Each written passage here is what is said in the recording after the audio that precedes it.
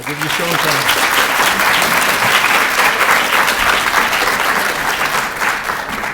Thank you, John. It's brilliant to see you again. And listen, it's brilliant to be back at a face-to-face conference. It really is. Can I just say before I start, just Rennie, that was just fabulous. I could listen to you all day, and would love to listen to you all day. Your insights into mentoring. I'm going to talk a bit about mentoring. Just found it fascinating. And I just also want to acknowledge Deirdre, who chaired it. We wouldn't have mentoring in Ireland only for Deirdre Mortel.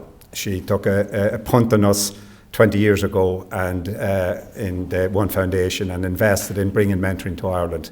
And we wouldn't have it. So I just needed to say that as well.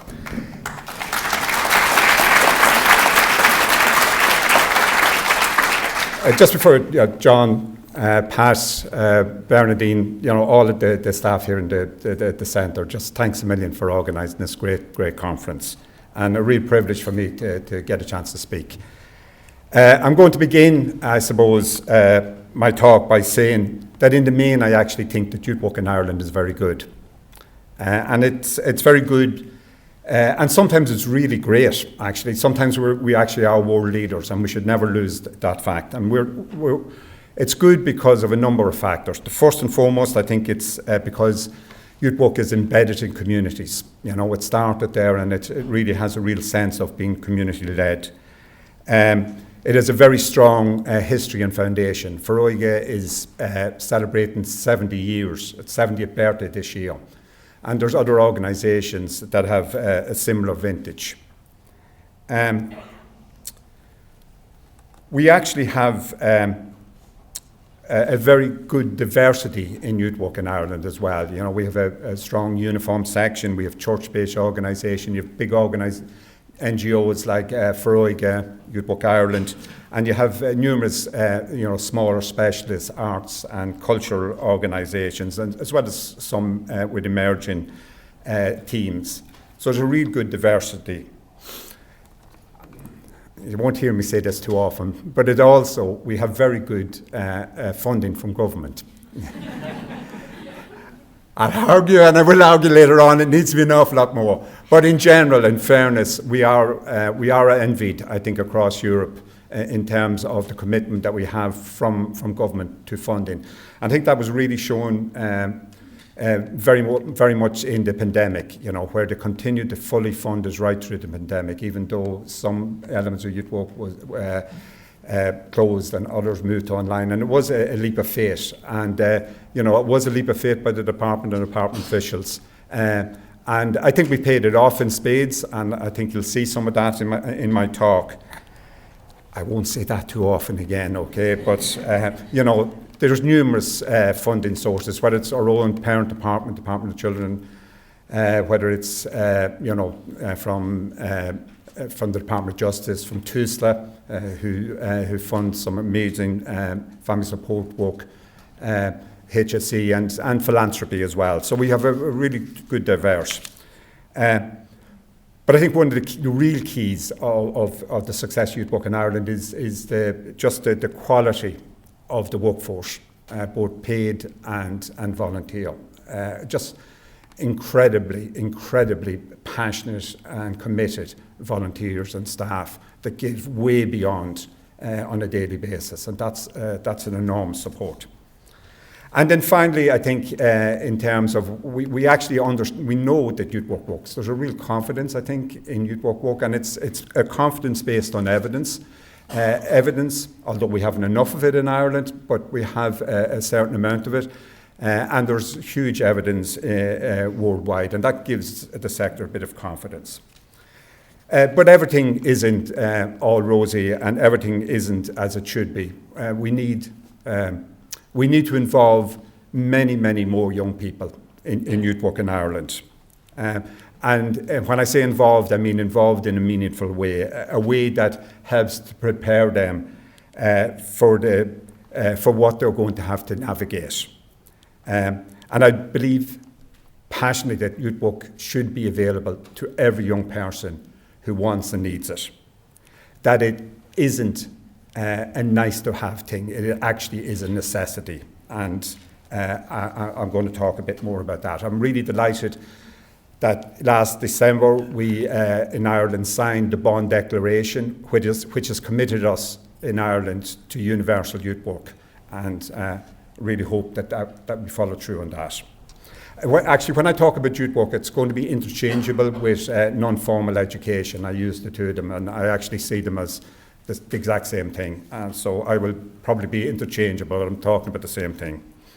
So my talk is this morning is about what's next and why now, reframing our thinking of youth work.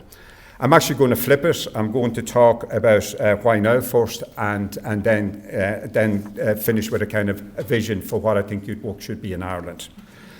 But just before I start, I just want to I suppose, to explain the approach that I believe actually has to underpin everything we do in youth work, and that's one of progressive universalism. And by that I mean that every young person has the opportunity to be involved in a youth club, in a youth group, an organisation or youth programme that enhances their personal, social and educational development. But alongside that there is targeted services for those young people who face adversity. And these targeted services should be primarily at an early intervention and prevention stage. I really believe that we have a moral duty to prevent young people falling into the pit of crisis, and that we really need to intervene early to prevent it. Supports should be there before any crisis arise. All the research supports this, and I don't think anyone disagrees with it. And yet it's not the case, and we really need to change that. So why now? Well, first and foremost, we owe it to young people, and they need it. Adolescence is such an important part of life, socially, developmentally, and educationally. And it's a time of huge change. It's a time when young people move from dependency into independence, and where they learn to try and inhabit the adult world. And the world that they are entering and trying to inhabit is incredibly, is one that is incredibly changing at a incredibly fast pace. I know every generation faces challenges, but the challenges being faced by this generation are absolutely unprecedented. Whether it's technology advances, whether it's change in social or sexual norms, whether it's the social media, whether it's the threat to the planet, all of these areas. And there's no roadmap. There's no one has gone before. They can't look back and what others have done. This is new territory to everybody. And we can't abandon them to their own devices. We need to be there to help them to acquire, to master the skills, the knowledge and the values that will help them cope and succeed in a modern life. And that's where I think youth work has a really important role to play. Good youth work helps young people to develop these skills that are the essentials to success in modern life. And these skills, they're sometimes called soft skills, they're sometimes called emotional intelligence, sometimes they're called 21st century skills, or in sometimes the 5 C's. And these skills, the 5 C's, good communication, collaboration, critical thinking, creativity or connectiveness. These are absolutely the core skills. And to these I like to add, I want to add, and I think we should add, both empathy and resilience. These are the skills that every study that I've seen from employers saying what they want in their employees. And they're the skills that are not acquired easily in formal education. But they are the bread and butter of youth work or non-formal education. And it's what we do really what we do well, and sometimes what we do really well. I'm reminded of a piece of research I read a number of years ago from the Harvard Business School, and it was a critique on the American education system. And as part of the study, they asked the 300 top CEOs in America, what made them successful. What was the difference between them and others who had same kind of work experience and the same academic qualifications? And to a man and woman, they said that the key difference was that they had these soft skills and that they had acquired them from being involved in good community work, in good youth work, in sport, by having a good mentor. But they said they got them by chance and not by design. And that's not good enough. That's not good enough. We need to make sure that young people get these skills by design. And that's the real challenge for policymakers over the next few years. And it's not just in the employment field where these soft skills are so needed. They're hugely important into the transition into third level education, further education or apprenticeships. We in Ireland expect that young people have a magic switch that they can turn on once they finish their Leaving Certs. You know, in that 3 months between their Leaving Cert and going to college, to just switch. You know, we expect them to go from rote learning to independent learning. We expect many of them to go from living at home to living independently. And then we wonder why there's so many dropout rates. We wonder why young people find crisis in this transition. You know, listen, a lot of this is common sense, but it's making sure that you bring the common sense and the policy and practice together to make it happen. The second reason for why now is unsurprisingly, I think, the post-pandemic environment that we are now entering. Research here and internationally has shown that young people were hit hard by the pandemic, and they were hit in many ways. They lost out in their education, they lost out in numerous social and developmental opportunities.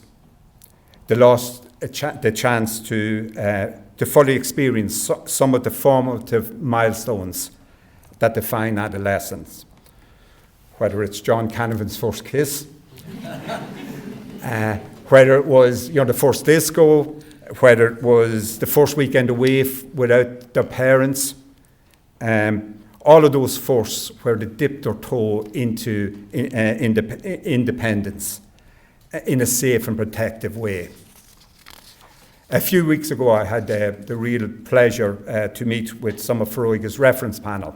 And the reference panel is a group of 60 young people that are elected from right across the organisation, from every part of the country, that come together and advise Feroiga and be the voice of Feroiga. You met some of them yesterday, you're going to meet some of them in a few minutes. And they're an incredible, passionate and articulate group, and very challenging as well in a really good sense. But the major area that they highlighted to us, it was around mental health, and how their mental health had been adversely affected by the pandemic, and how they wanted support from Feroiga and other organisations and agencies to make sure that their mental health was good. And I think youth work has a role to play here. Youth work first by providing very safe spaces for young people to be their authentic selves, to be themselves, to work out who they are and what they believe in, what values they want to embrace to guide them through life's journey. And youth work helps young people develop resilience and empathy, but also to develop that network of friends that we've been talking about, that social supports. It allows young people the opportunity to learn and practice wellness, healthy lifestyles, nutrition. It also helps to combat early alcohol or drug use, misuse, early school leaving, any engagement in antisocial behaviour, and it provides opportunities for young people to engage in meaningful relationships and sexuality education. And while youth work can be a very important preventative tool, an enormous support for young people to develop those assets to manage their mental health, it would be very wrong to assume that it's available to all young people. it's a very few lucky ones that are engaged in services that are resourced properly or that can offer that consistency of support. And it shouldn't be left to luck or geography. It needs to be fully integrated into a universal youth work system, and it needs to be available right across the country. The pandemic also highlighted another critical area for young people, and that's the area of the digital world in which they inhabit. There is undoubtedly, first and foremost, a digital divide that was heightened and highlighted by the pandemic. Many young people do not have access to computers, laptops, or smartphones, and they are hugely disadvantaged because of it. And this digital divide hasn't gone away, and we need to address it. Otherwise, we will be adding another layer of disadvantage onto a already marginalised group of young people. In addition to access to hardware, we really need to develop digital skills with young people. They are, without question, the essential life and employment skills, and yet we're leaving it to young people to develop it in the main by themselves. When the pandemic hit and schools and youth services moved online, we saw in real time the lack of skills for many young people in how to navigate an online environment, interactions and relationships safely. And as I said, they've been left mainly to their own instinctive digital learning, teaching themselves outside of the classroom and often without any structured support. And digital world is incredibly complex, and the skill set necessary to traverse it successfully is really multifaceted. In Foróige, digital youth work is not new. We've been doing it for many years. Our first computer clubhouse was opened in Blanchardstown over 20 years ago. But the pandemic really concentrated the mind. It really focused us and challenged us. And we developed a very ambitious digital youth work strategy. And it had 5 sections. There's 5 sections into it. The first is around digital literacy, helping young people to develop digital literacy, whether it's the ethics of digital use, whether it's the do's and don'ts of social media, whether it's the importance of digital footprint. We've been working very closely with Accenture to develop a Level Up program which teaches digital literacy really at a very high level. It's great. The second area is actually the skills itself. It's the digital skills. It's coding, and not just basic coding. It's, young people sometimes get to learn basic coding, but where did they learn the next language? Where did they learn advanced coding? And that needs to be looked at, and we are. App development, robotics, music production, animation, gaming development, all of these skills development areas and development programs to make sure that young people can learn these skills. Third level is the third area is around digital engagement. How to use technology to engage and reach out to young people, whether it's through online clubs or online programs. And we were very lucky in the pandemic to have the opportunity to develop and put a number of our really iconic programs into an interactive online setting. I've been talking for years about getting the leadership program as an interactive online program, and we now did it. We did the same with the nifty Youth Entrepreneurship program, and we did it the fabulous Sound Surfers program, which teaches music production and empathy to young people. And we got the chance to actually put them online. I'm going to talk a bit more about the VR and the virtual reality and the promise that holds. The fourth area in the digital strategy was around digital citizenship. How we get young people to use technology to improve the communities and the world around them. How you get young people to use digital skills for campaigning, for activism. And you saw the young people yesterday, how can you boost that with the added value of technology. And then finally, the last area is digital safety. We were commissioned by our Department of Children to develop a program, a digital safety program for the whole youth sector, and we're just piloting that at the moment. And the idea is to launch it right across the sector and make sure that young people have the opportunity to learn and to stay safe while they're online. All of these coming together helps young people to develop a range of skills, values and competencies necessary to excel in the digital age, by design and not by chance. We want to make sure that young people are empowered to be dynamic creators and change makers, and not passive consumers or recipients of technology. But digital youth work has opened a world of opportunities to the youth sector. We can now envisage a place where every young person, no matter where they are, can access youth work. You don't have to now wait for a youth club to be set up in your area, or for a special interest group to be set up in an area. You can now engage in that online or through virtual reality. And virtual reality is one of the most exciting and emerging areas for us, and it holds enormous potential to revolutionise some of what we do, particularly for those young people who are marginalised, isolated, or have barriers to engagement. I was really taken with some of the pilot programs that we've been running. We've been working with young people on the islands, and right through the winter we were bringing young people from 8 islands together into a youth cafe in virtual reality. You can imagine, we're working with young people who will be long-term in hospital, looking for young people in care and connecting them back to their communities using virtual reality. The enormous potential. One of the things we did is we ran a showcase for our entrepreneurship program where we brought young people from 10 countries around the world, from Japan, India, the USA and across Europe, into a space to showcase their youth businesses. Unthinkable before a couple of years ago.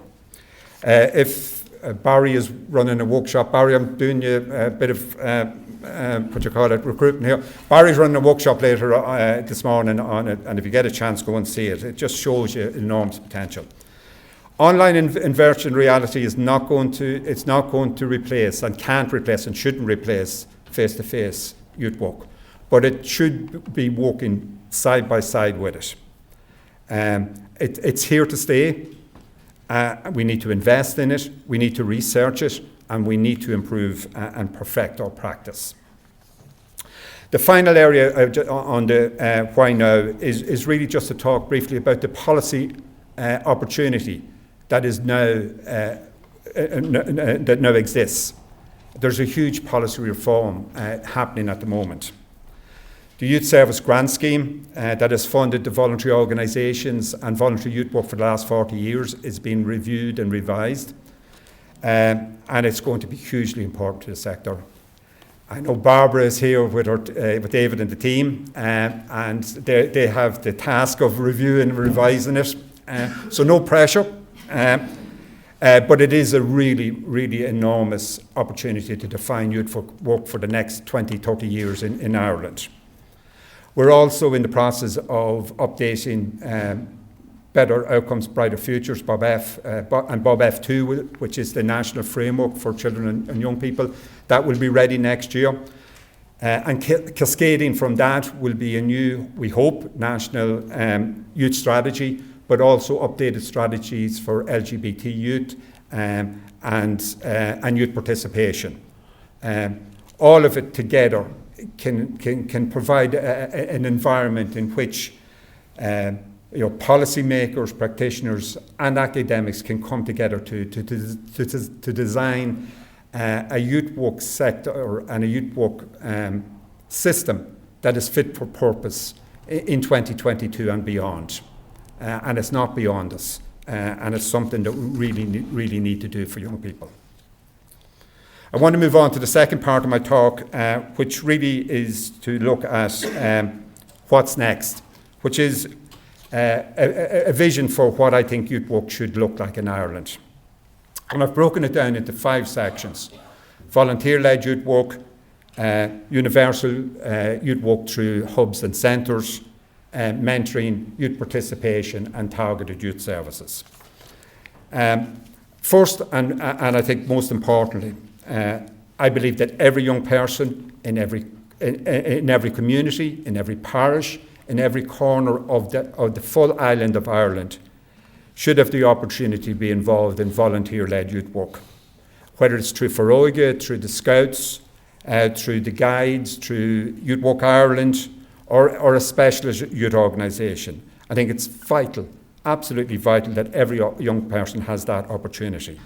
The benefits are immense, and I think they're undeniable.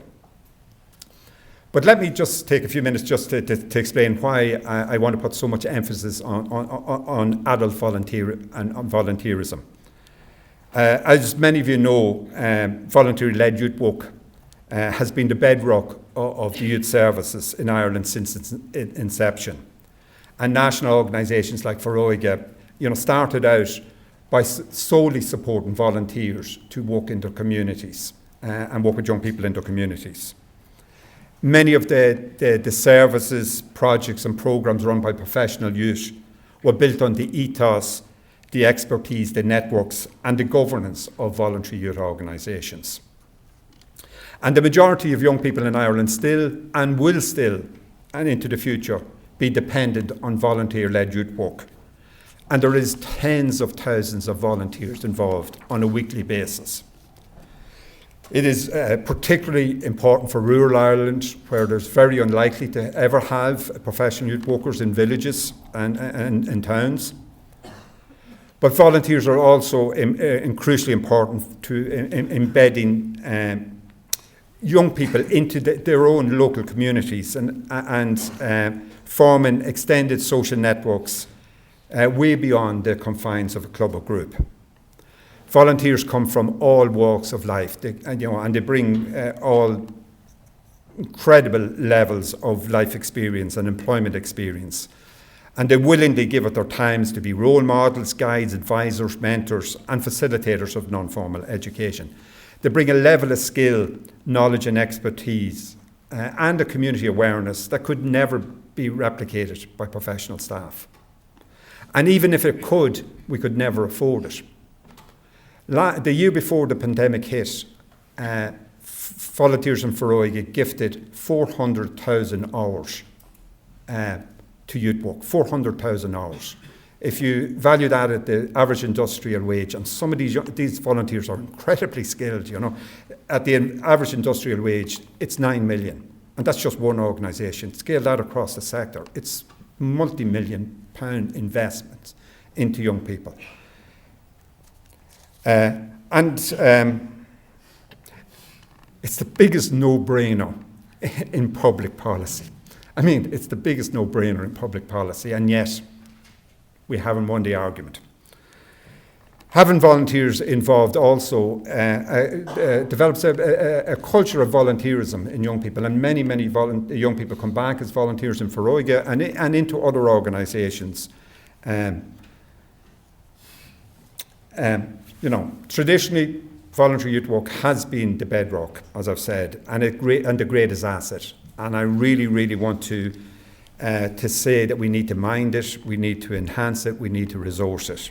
And we should be very, very careful not to devalue it. That means we need policymakers, department officials, academics, and the sector to champion it. And we need an awful lot of more research into its impact. And just the last point on this, volunteerism doesn't just happen. You need professional staff to support it. You need staff to recruit, train, and support and enable volunteers to do their work in the communities. And it's incredibly effective. One staff person can on average work with between 25 and 30 clubs.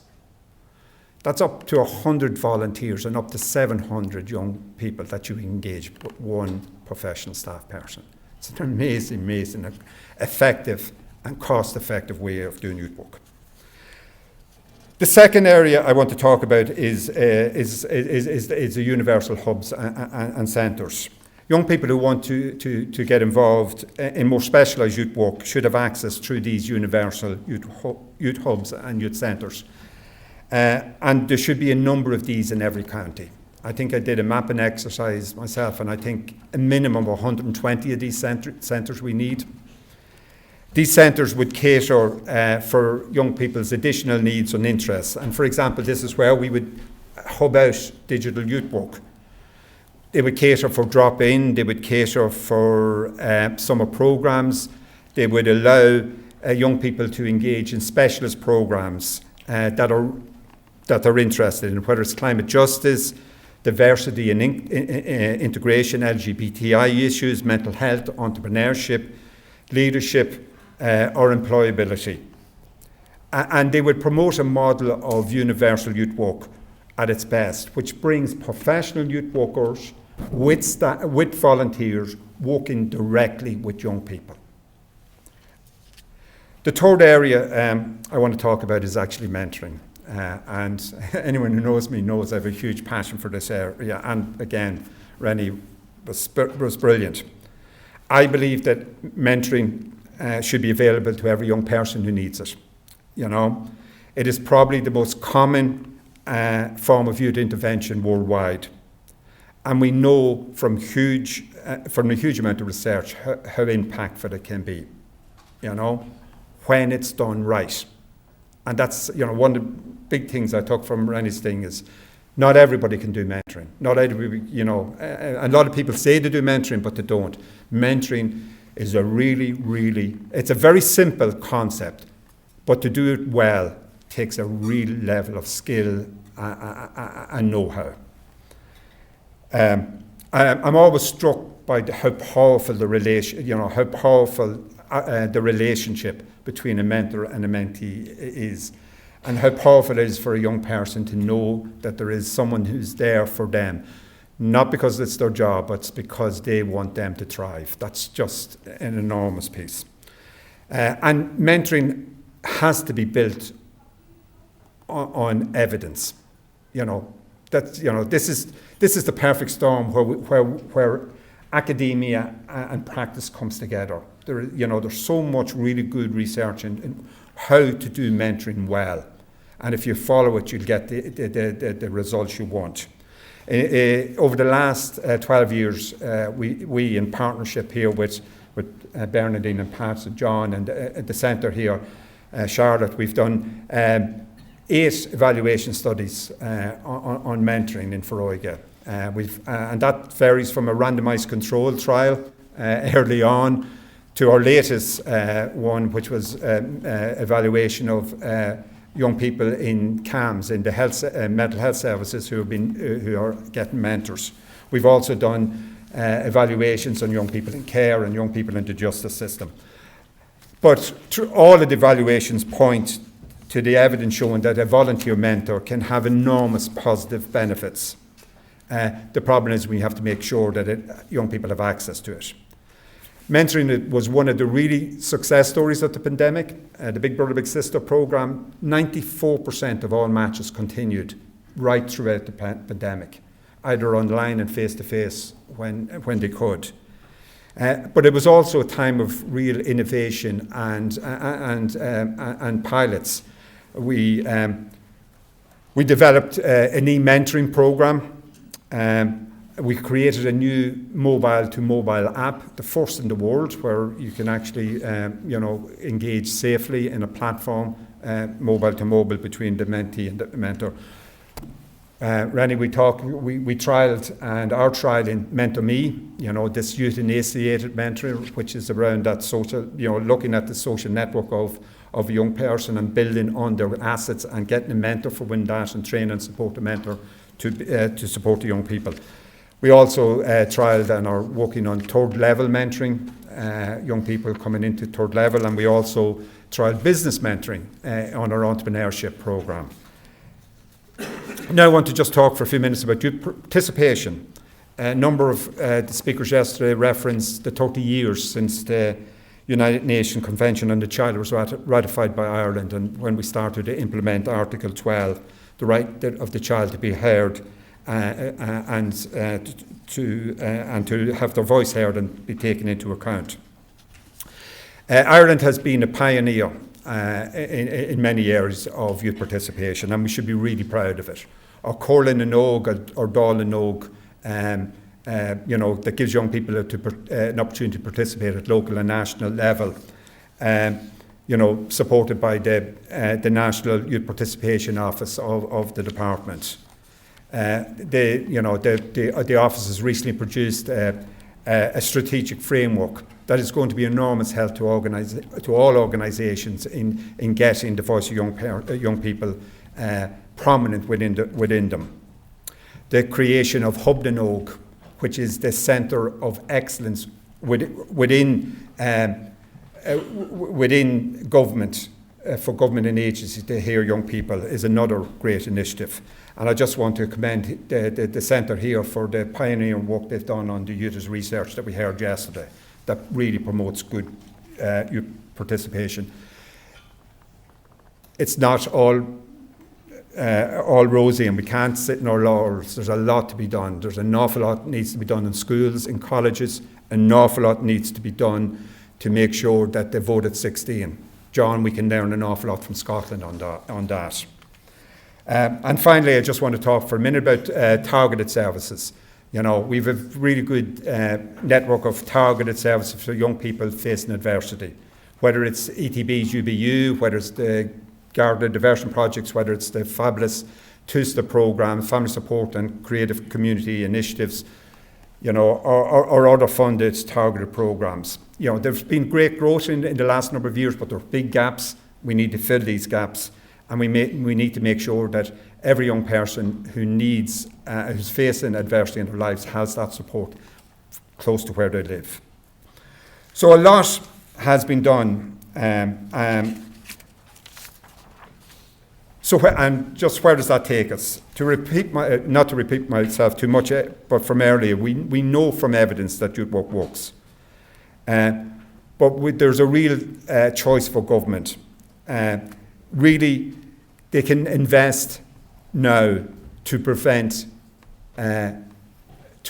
issues arising, or they can invest an awful lot more to try and remedy the issue. And I think I think the question should be if it is morally acceptable not to invest before any issues arise. I would argue that it is now time to reframe and refocus youth work. We're coming of age. It's 20 years since the Youth Work Act was passed, and we've come on leaps and bounds. But we need to bring together policymakers, academics and practitioners to design a system that gives the best chance for success in life to young people. And that really is going to be the job of the next few years. We really have to grow to a system where youth work or non-formal education is seen as a vital part of what makes a successful opportunities for young people. And it's there side by side with the formal education and taking its rightful place at the table. Thank you very much.